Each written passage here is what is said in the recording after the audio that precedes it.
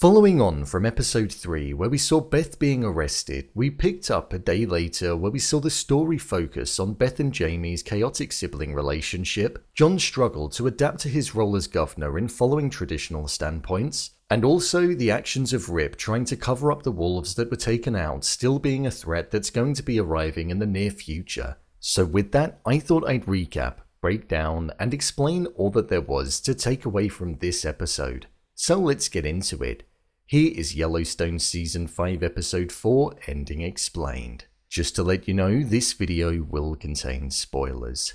Whilst Episode 3 of the show focused on the threat that Markey Equities held towards the Yellowstone Ranch and John Dutton, with the threat temporarily eased, Episode 4 of the show focused on the behaviours and traits that lied within the Dutton family and how it will likely be their own undoing that causes the demise of the ranch or the lives of the very people that they care about. Between John's firmness and stuck in the past ways, Beth's chaotic nature and Jamie's naiveness, they each stand in their own way and cause problems for themselves and each other. I'm going to break this video down by the main character arcs in this episode, focusing on how it ended for them and what's in store for them. Beth. Beth spent the night in jail following her attack on Haley, and Jamie managed to get her off of the charge. She showed no appreciation for what he did and instead reminded him how she didn't view him as part of the family, taunting him with the very fact that John is not his father and that he killed his own father. A subtle reminder to him and also us that she has Jamie right where she wants him, and if he does something otherwise then she can go to the authorities and have him finished. Once Beth was released from jail, we saw that she found out that Jamie had a child based on the fact that there was a car seat in the back of his car. Beth, even in this situation, showed the lack of respect that she had for Jamie by throwing all of his things around and having no regard for him whatsoever. Once she found out, she went chaotic on Jamie and stormed out of the car, stating that she would make sure that he never sees his son again.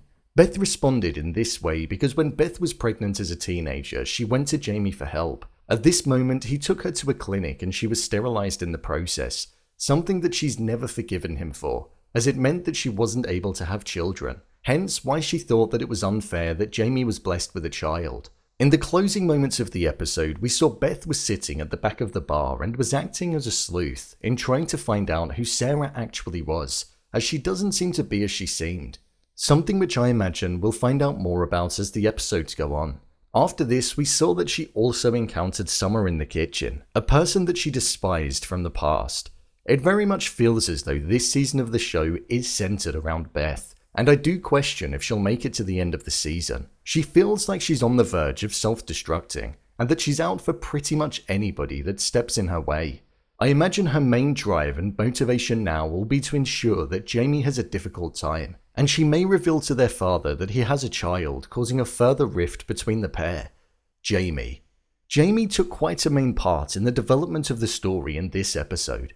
We saw him use his lawyering abilities as we've seen in the past to get Beth out of jail. If he'd let Haley press charges, this was his chance to make sure that Beth wasn't able to cause any harm to him and to relieve the constant threat of her. However, he stuck up for his family and you could tell that he was instantly regretting it once he was in the car, and he let out a loud scream due to Beth saying that she was going to make sure that his child would be taken away from him. He drove towards Beth at great speed and you could sense the anger and his blood boiling. Something we've not seen from him in this season.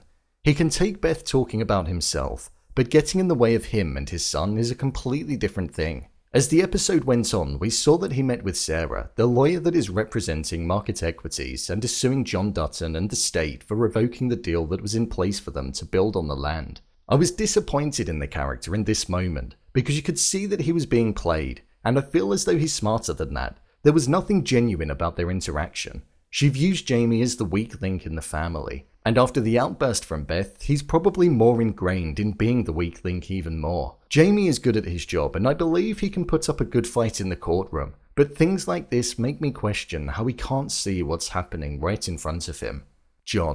John's stuck in the past ways and going around and firing people is something that hasn't stopped since he got the role of governor of Montana back in episode 1 of this season. This role is definitely over his head and it's a new world to him. He cares mainly about the protection of his ranch, but he's now starting to realize that he has to actually treat this job like a business, and he has to care, as his conversation with Linnell proved that to him. There was an interesting moment where we saw the both of them discussing if he'd be able to pardon Beth if she were charged, and as the episode unfolded, it twisted it on its head, and we saw that he used his power to pardon Summer, something I didn't expect.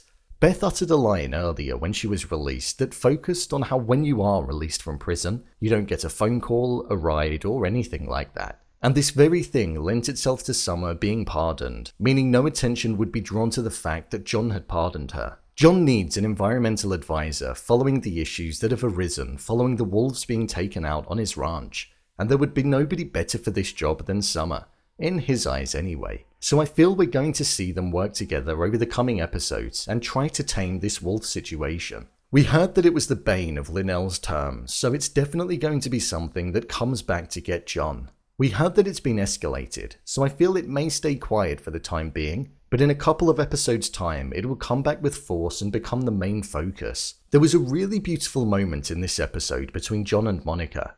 As Monica and Kayce were burying their child, we saw John approach her and offer comfort in saying how he knew how she felt. John lost a brother and a son, so he very much knows what it feels like to lose somebody prematurely. He comforted Monica by saying how her child only knew the perfect world, and that was only knowing the love that was received by her. It was a moment that I didn't expect to be as heartfelt as it was, but it certainly lowered the tone and felt really personal. I thought this was a good episode of the show. The season is starting to grow into itself now. Jamie and Beth's turbulent relationship will be the downfall of the family. Jamie is the only person who can save the family, and that's been made clear a countless number of times. But Beth is destined to destroy and take down the very person who's essentially the protector of herself and the Duttons. The Duttons have a lot coming their way, from Sarah preying on Jamie, Markey Equities looking to sue, and the hunt for the truth about what happened to the wolves. It's not going to quieten down as these issues just seem to be getting bigger and more fiery.